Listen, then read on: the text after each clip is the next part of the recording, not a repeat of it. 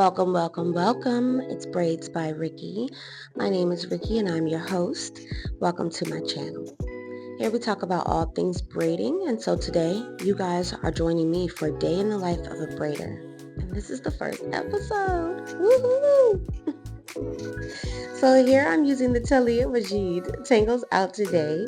This is a line for children. It's a water-based detangler / leave-in conditioner. And I use the entire bottle because I'm going to get every penny worth out of it. I'm not going to be like, oh, I don't like this product, I'm going to stop using it. No. I used it all the time to detangle her hair. I tried using it in the tub, out of the tub, on wet hair, on dry hair. And I will say I had better results in the tub than out of the tub on dry hair, but it doesn't really matter with her because she flips out either way. You guys saw, she does not like anything dealing with her hair, but I refuse. I refuse for this child to be one of those kids who lie and say my mama put a perm in my head and that's why my hair ain't grow back yet. It's been going through some things. It's been thinning on the sides because she put that relax in my hair when I was 1 year old. Come on, let's be realistic. So no, I don't put any chemicals in her hair. I have no plans of putting extensions in her hair because I don't want to cause any types of traction alopecia. So you guys saw that I detangled her full head of hair. I'm spraying more in. I'm going back through. I guess I'm just showing you guys.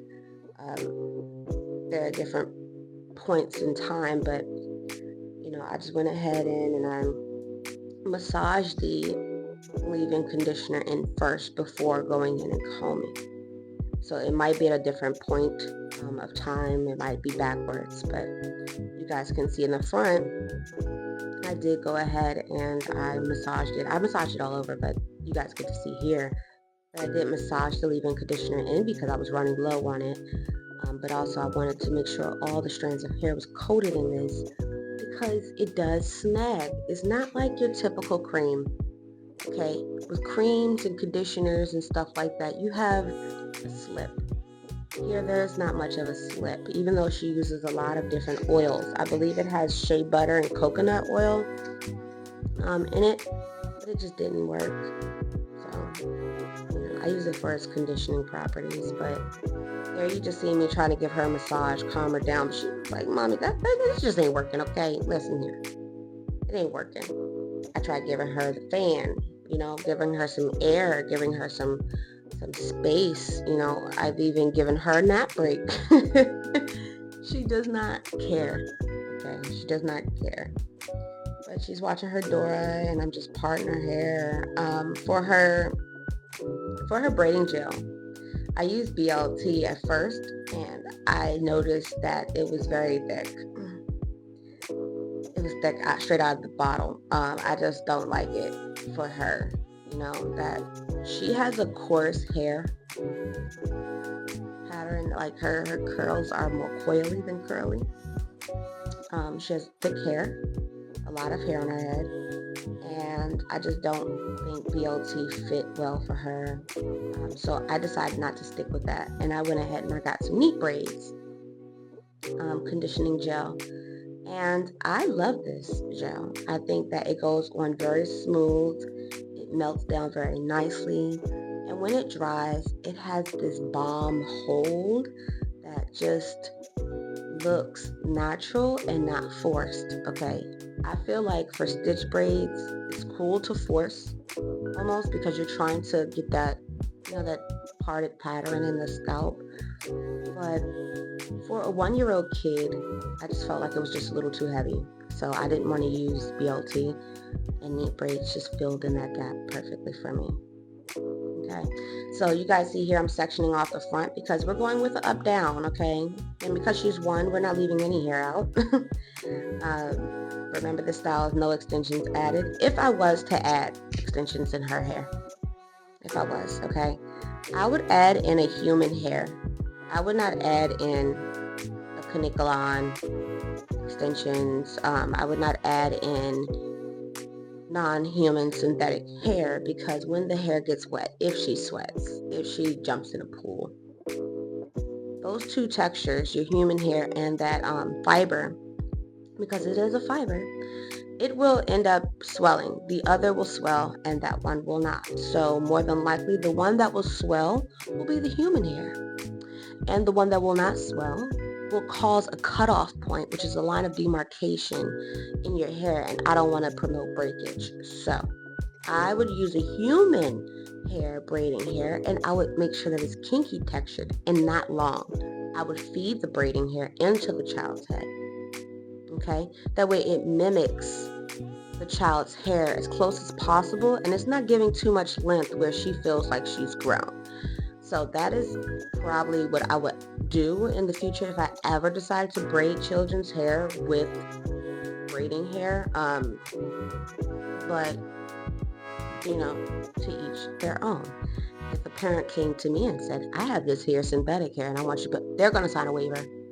You're going to sign a waiver because if you so happen to take your daughter to go to the pool, I don't want you to come back and say, hey, Ricky, her hair is breaking off right at where that hair is at that root. Like, no, we're not doing it.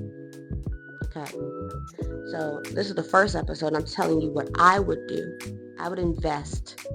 Okay, I would invest in some human hair for my child, especially this young. Okay, I think it might be a little bit more lightweight, not as heavy. All right. So we're going to go ahead and talk a little bit about this style. So the style that I decided to go with was an up-down. I'm going to braid cornrow down the back, so that way she can have some beads dangling. And I had to part her hair, that rear section, in half, just to make sure that the parting was accurate. But that was a complicated task because she has a moving scalp. Okay. I never knew that moving scalps was truly, really a thing that really affected partings until I seen hers. Hers is severe. Sometimes you might see someone's scalp where they have that fold in the back of their neck. I can deal with that. But the parting for a moving scalp is more complex, and it will interfere with making sure your lines are straight in the middle of the head. It'll interfere with making sure that they are straight. And so I kind of just eyeballed it here. But she just did not want me to braid. Look at it. Look at it. Her voice. If you scream her, she'll scream back.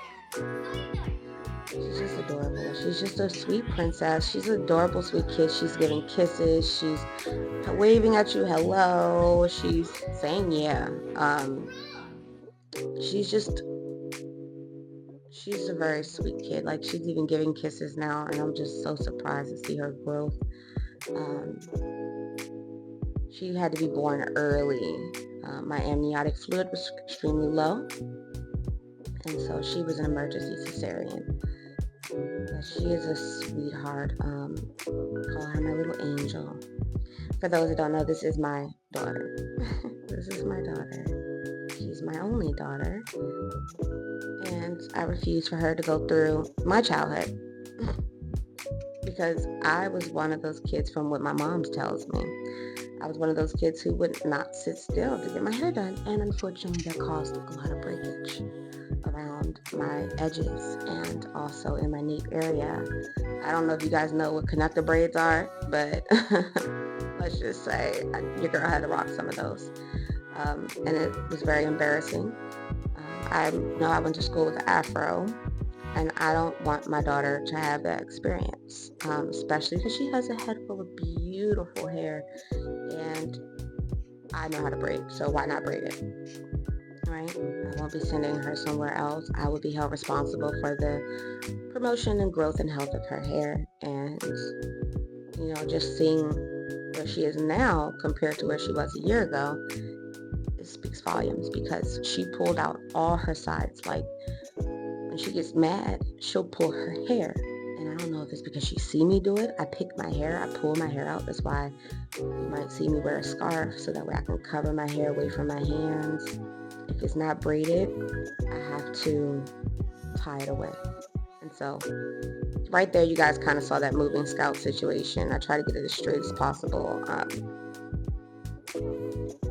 it did work out.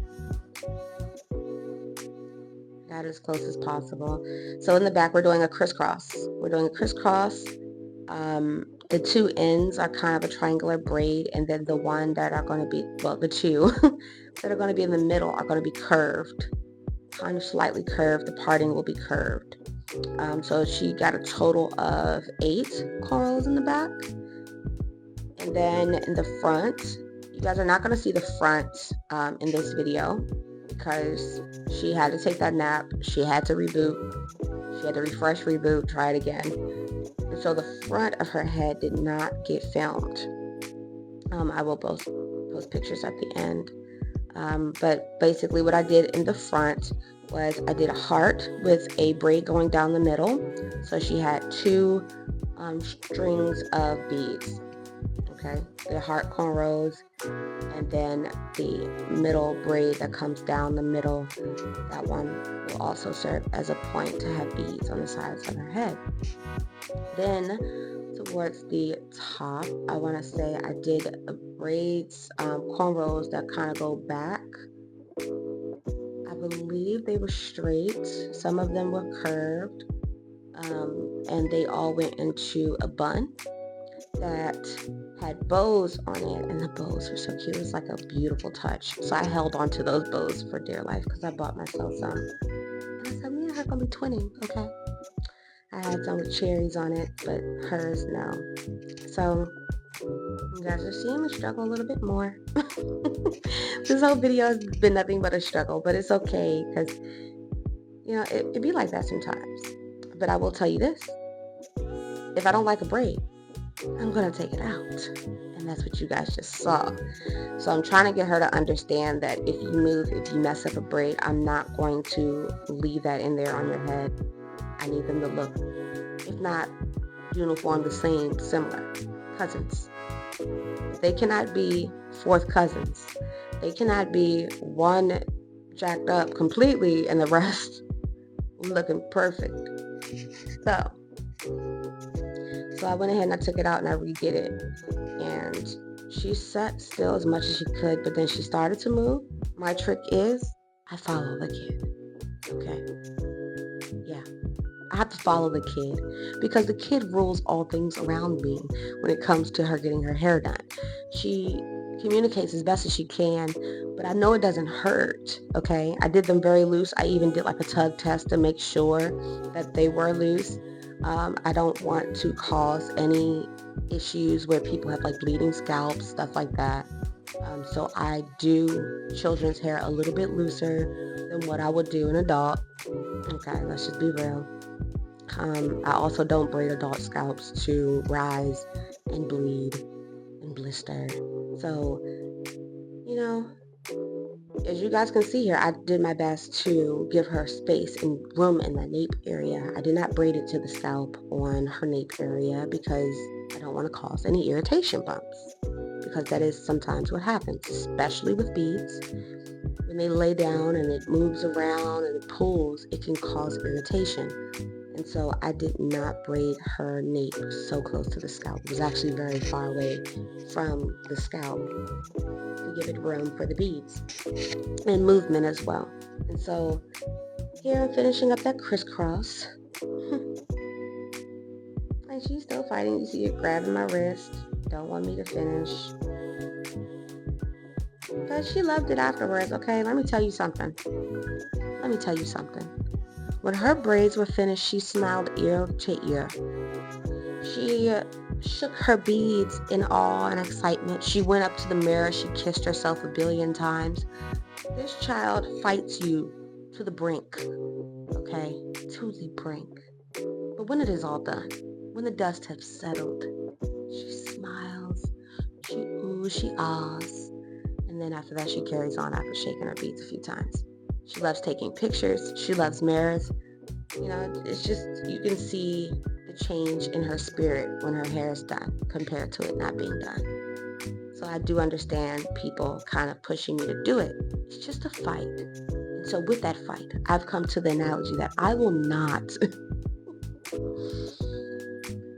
be servicing anyone under the age of 4. Yeah, no. I need your child to know to sit down. I need your child to have patience with me. I need them to understand, it might be a little nug, a little tug here and there, but I'm not going to murder you in this chair. I'm not going to harm you in this chair. It is going to be for your benefit. Okay. So after I finished the braids in the back, I went ahead and I went up to the front, but you guys won't see that. Okay. So here are the braids. They're coming up now. They are not perfect. This was done on natural hair. I did not run the gel all the way down my child's head. I refused to clog up her cuticles. I want them to breathe. And so, you guys are looking at her pretty pink beads and bows. I hope that you guys enjoyed this video. And I'm so sorry that I did not record the front. But like I said, she was tired. And so, until next time, stay tuned for a 2-client day for moi.